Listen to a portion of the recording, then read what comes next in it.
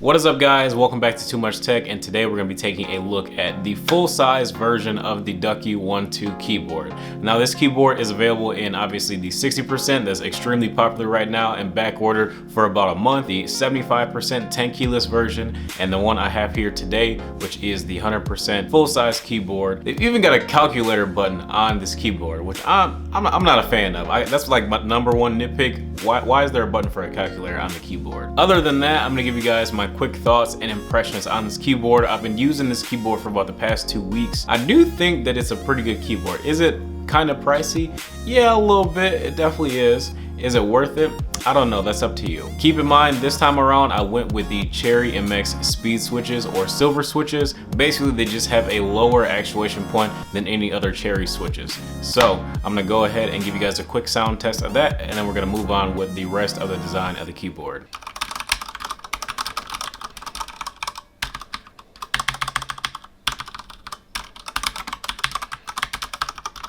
Not the quietest switches, not the loudest switches, but I do enjoy using them. They don't disturb me while gaming. Keys sound good, the stabilizers sound good as well. They're very sturdy, there's no wobble or anything in like the longer keys like the space bar, shift key, enter key, whatever. As far as performance goes, I mean, performance is fine. It's a keyboard, you press the key, the keys work, and yeah, I really like the design, like the black and white contrast, the fact that they give you a keycap puller in the box. So if you want to buy some custom keycaps, which I'm gonna do at some point, I just haven't decided which ones I want to go with yet. I think I'm going to go with the ones that are black on the top and translucent around the sides, so it shows a little bit more RGB. It's a very sturdy feeling keyboard. I haven't bothered to like twist it or bend it because picking it up and try to bend or make the keyboard flex is not really a realistic use case, so I didn't really see the value in doing that. But when I bottom out the keys or press really hard on the keyboard, I don't feel any flex in the keyboard when I'm typing or gaming. You got adjustable feet on the bottom that give you 2 different settings, so you can either have the feet inside and have it on its lowest setting, a medium, and a high. So I really appreciate that because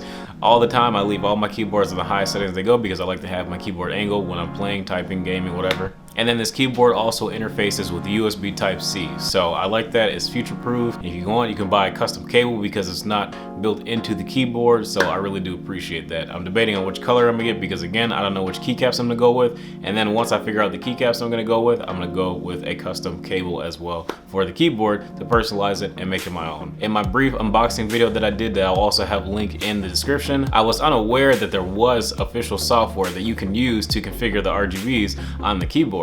And after I did that, oh my god, the lights were brighter. I can change everything as much as I want to. Honestly, I just leave it on the rainbow setting because the rainbow setting looks really, really good. And I enjoy looking at it. I'm just like, I don't really like rainbow on any other keyboard, but for some reason on this one, it looks good. Maybe it's because it has that white backplate. Most keyboards that I've used have had the black one, so the rainbow setting just looks kind of eh. On this one, it looks really good. As far as what this keyboard is and who it is for, more or less, I feel like this keyboard is for someone that just likes a really simple design. They want the lights to look really good because it has that white backplate. And on top of that, they just want a really easy way to be able to personalize the keyboard and have it look a little bit more unique than anyone else's setup.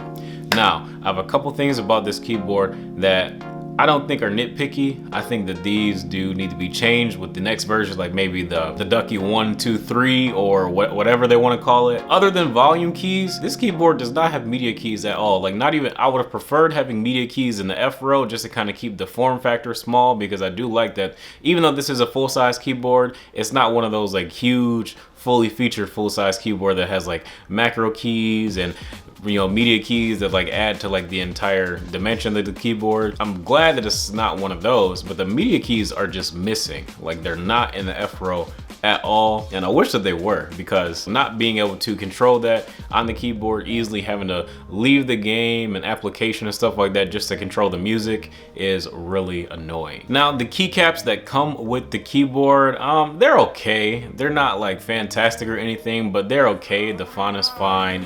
The feel is real, and they're not the best. Like honestly, like the keys that come on Razer keyboards feel better than these. So I mean, that's kind of a low blow. So I mean, like everybody talks about Ducky, and don't get me wrong, the base keyboard is fine, but the keycaps that they ship you are garbage. So I need to really make up my mind and figure out which keycaps I want to go with. Just beware, like they're not great, so don't expect them to be, and you're probably gonna want to switch them out probably within the first month or two of owning this keyboard. That is pretty much it, guys.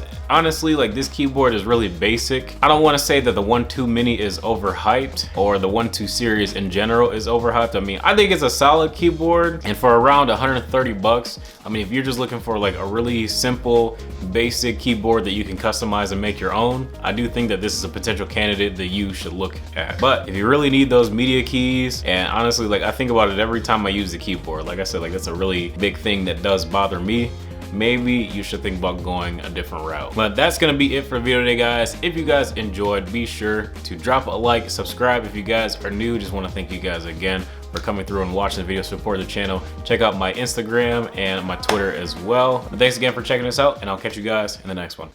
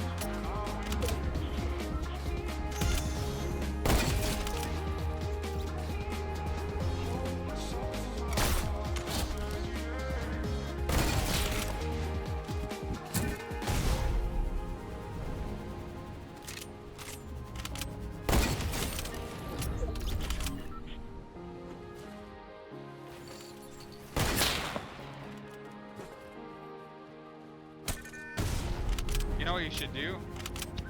Throw the don't do a trick shot. Throw him one of those impulse grenades and blow him up in the storm.